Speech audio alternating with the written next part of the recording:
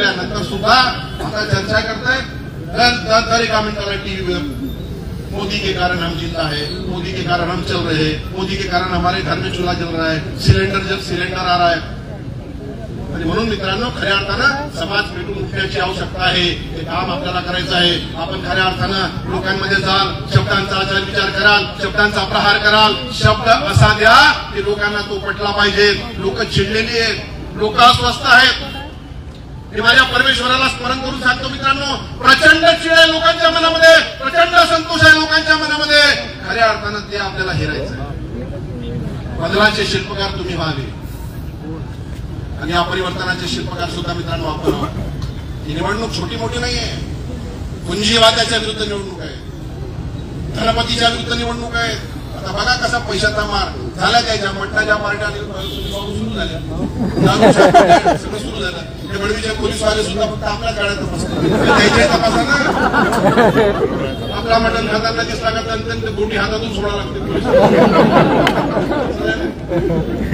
आम्ही त्या दिवशी आदरणीय रमेश बन साहेबांना भेटायला गेलो होतो।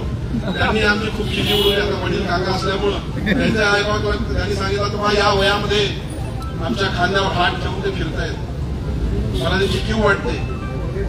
आणि म्हणून मित्रांनो, मी एकच प्रार्थना करेन, जास्त वेळ घेत नाही, अनेकांचं तुम्हाला ऐकायचं आहे। निवडणुकीच्या रिंगणात निवडणुकीच्या वेळेस माझे भाषण ऐका, शिरून टाकेल अच्छाची चिंतेचा विषय नाही त्याला घेण्याची। आम्ही नेहमी सांगतो, कशाला इकडे तिकडे रेट मारता, धमक्या देता ना।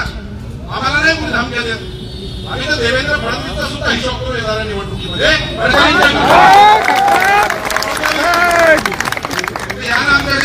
सीआयडीला पाठवा, सीबीआयला पाठवा, काही चिंतेचा विषय नाही। आला तो जाण्याची तिकीट पण मिळणार नाही आमच्याकडे, म्हणून माझा मित्रांनो प्रश्न आहे, या महाराष्ट्रामध्ये आणि देशामध्ये दारिद्र्याचे निर्माण खऱ्या अर्थाने कोणी असेल, भाजपा सरकार नाही, ही मोदी सरकार आहे। बदलाच्या भावनेनं लोकशाहीला संरक्षणाची कवचकुंडाला बहाल करायची असेल, उठाव झाला पाहिजे। परिवर्तन ही काळाची गरज आहे। आम्ही अनेक युवकांच्या पिढ्या बर्बाद करत आहोत।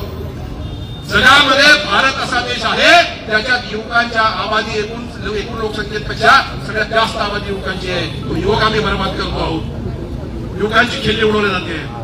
म्हणून 15 मध्ये खऱ्या अर्थानं पडलेली दारिद्र्याची भोकं आणि त्याच्या बदला घेणारी ही निवडणूक आहे। उठाल की नाही, की नाही आपण काय एवढाच आवाज यार, हा आवाज तिथं गेला पाहिजे, वाड्यावर वाडा घाबरला पाहिजे।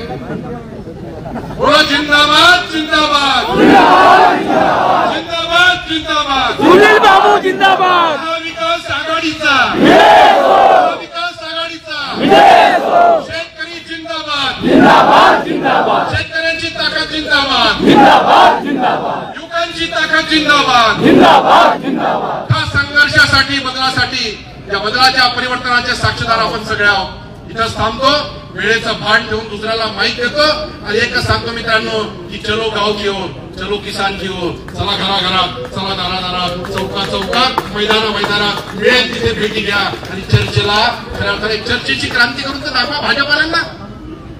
जेव्हा चर्चा होते, चिडलेला माणूस एका दुसऱ्याशी चर्चा करतो, खऱ्या अर्थानं आचार विचाराचं देवाणघेवाण करतो, रणकंदन होईल, मैदानामध्ये बदल येईल, भाजपा बघत राहील आणि आमचा विजय होईल। जय हिंद, जय महाराष्ट्र। यानंतर आपल्या सर्वांचे नेते राजाचे